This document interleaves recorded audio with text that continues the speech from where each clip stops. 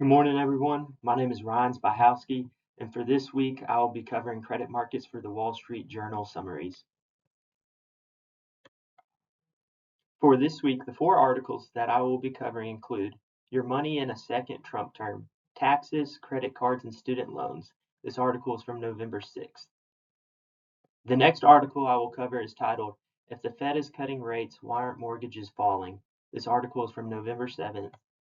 The next article I will cover is China Nurses Its Debt Hangover. This article is from November 8th. And finally, the last article I will cover is The Market is Betting Trump Won't Fix High Card Rates. This article is from November 8th as well. For the first article, Your Money in a Second Trump Term, Taxes, Credit Cards, and Student Loans, the article focused on four categories. The first being an extension of the 2017 tax cuts. The 2017 tax cuts lowered taxes for 80% of taxpayers. Trump has pledged to extend these cuts and wants to eliminate taxes on tips and Social Security benefits. He also aims to remove the $10,000 cap on the state and local tax deduction. Congress might extend some cuts temporarily and make others permanent. We'll find out more at a later date as these things begin to unfold. Second, student loan relief. Under Biden, over $117 billion in student loans was forgiven, helping more than 4.8 million Americans. Some relief plans, like the SAVE plan, aim to simplify debt relief for long-term borrowers who have faced legal challenges. The SAVE plan is stalled in court and it is unlikely that President-elect Donald Trump will support its case. And looking at credit card late fees and interest rates, we can see that with the Trump win, he could halt or reverse Biden's $8 cap on credit card late fees.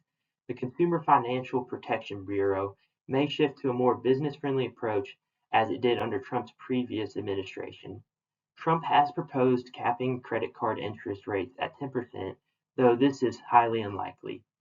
And lastly, looking at a child tax credit, extending the 2017 tax cuts would keep the child tax credit at $2,000 per child that is under 17.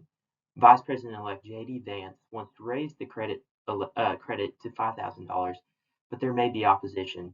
Democrats plan to push for higher credits with proposals up to $3,600 per child under the age of 6 and $6,000 for children under 1.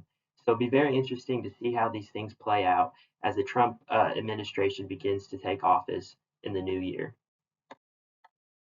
The second article, Why Aren't Mortgage Rates Falling with Fed Cuts, explains why potential home buyers aren't seeing a drop in mortgage rates. The Federal Reserve recently cut its benchmark interest rate twice to make borrowing more affordable for consumers. But instead of going down, the average 30-year fixed mortgage rate has actually risen 6.79%. This is mostly because 10-year Treasury yields have been increasing. Treasury yields reflect economic outlooks, and they're keeping mortgage rates high.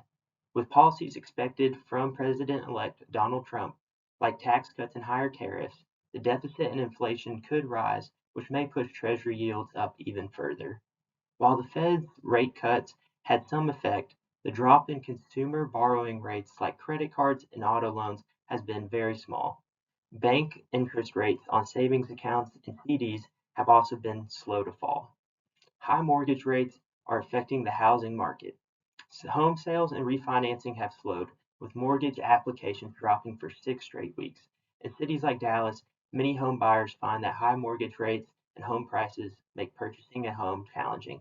And on the next slide, we will further discuss and look at this issue.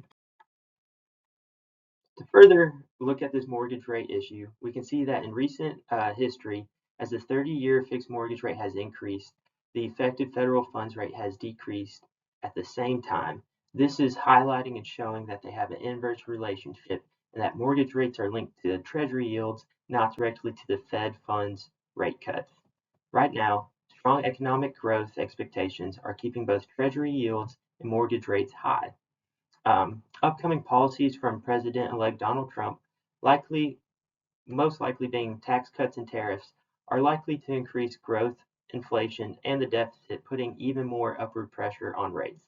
Unless we see signs of economic slowdown, these rates are likely to stay high. So it'll be interesting to see how this plays out in the future. For this next article, we will be looking at China's debt hangover and its economic stimulus plan. So Beijing, the Chinese government, has introduced a massive 10 trillion yuan package to help local governments manage hidden debt. 10 trillion yuan is the equivalent of 1.4 trillion US dollars. So this plan allows local governments to issue new bonds and restructure old ones to address financial issues. Years of heavy real estate debt have left local governments struggling, a problem worsened by the property market slump since 2020. While economists hoped for better consumer-focused stimulus, Beijing is focusing on debt control instead. The goal is to stabilize the economy by reducing government debt.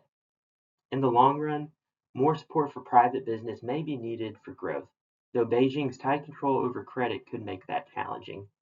With these facts from the article being stated, it'll be very interesting to see how the Chinese government plans to continue its stimulus plan and how they will manage their nation's debt hangover.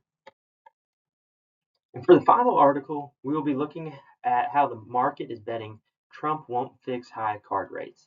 The author of this article discussed that Trump's election raised hopes for lowering living costs, including credit card rates. However, credit card lenders' stocks actually surged after Trump won the election. Investors expect that Trump's administration might roll back a Biden rule that limits late fees on credit cards to $8. Credit card companies rely on high interest rates and late fees as key income sources, so this potential change is significant for them. But any rollback could take time, as reversing the rule requires a formal process. Until there's more clarity, we're likely to see high rates and fees remain. With that being said, rising rates and economic uncertainty, consumers with credit card debt could feel even more pressure. Looking at the graph provided by the article, we can see that the average credit card rate has sharply increased since 2020 and is now over 23%. The prime loan rate, which was around 3% in 2022, has also jumped to about 8%. The gap between credit card rates and the prime rate has widened. This means that card rates are rising even faster than the base rate. In short, credit card interest rates are now at historic highs, making borrowing more costly for consumers. As this presentation comes to a close, I would like to recap the articles discussed. For the first article discussing what a Trump presidency would look like, the article primarily discussed how the Trump administration would aim to reduce taxes, curb consumer protections, and scale back on student loans. These policies will largely be decided by congressional support at a later date. For the second article, discussing why mortgages aren't falling due to Fed cut rates, the main point being that Fed rate cuts do not translate to lower consumer borrowing costs, and mortgage rates depend more on economic growth and treasury yields than the Fed actions. And lastly, to recap the last two articles discussed, the first one being China's debt and economic stimulus plan. China's new plan aims to manage local government debt, but doesn't fully solve the problem. For lasting growth, less political control and more private investments are needed within the Chinese government. And for the last article discussed, markets expect Trump to keep high card rates. The main point being lenders' stocks jumped after the election, with markets expecting Trump to stop a late fee cap introduced by Biden. With high rates and regulatory uncertainty in the U.S., lenders are keeping fees high to maintain revenue. Thank you all for listening to my presentation. I've attached the links to all the articles that I used in this presentation to this slide. Please feel free to reach out with any questions that you may have or any comments about the presentation or any articles. Thank you very much and have a great day.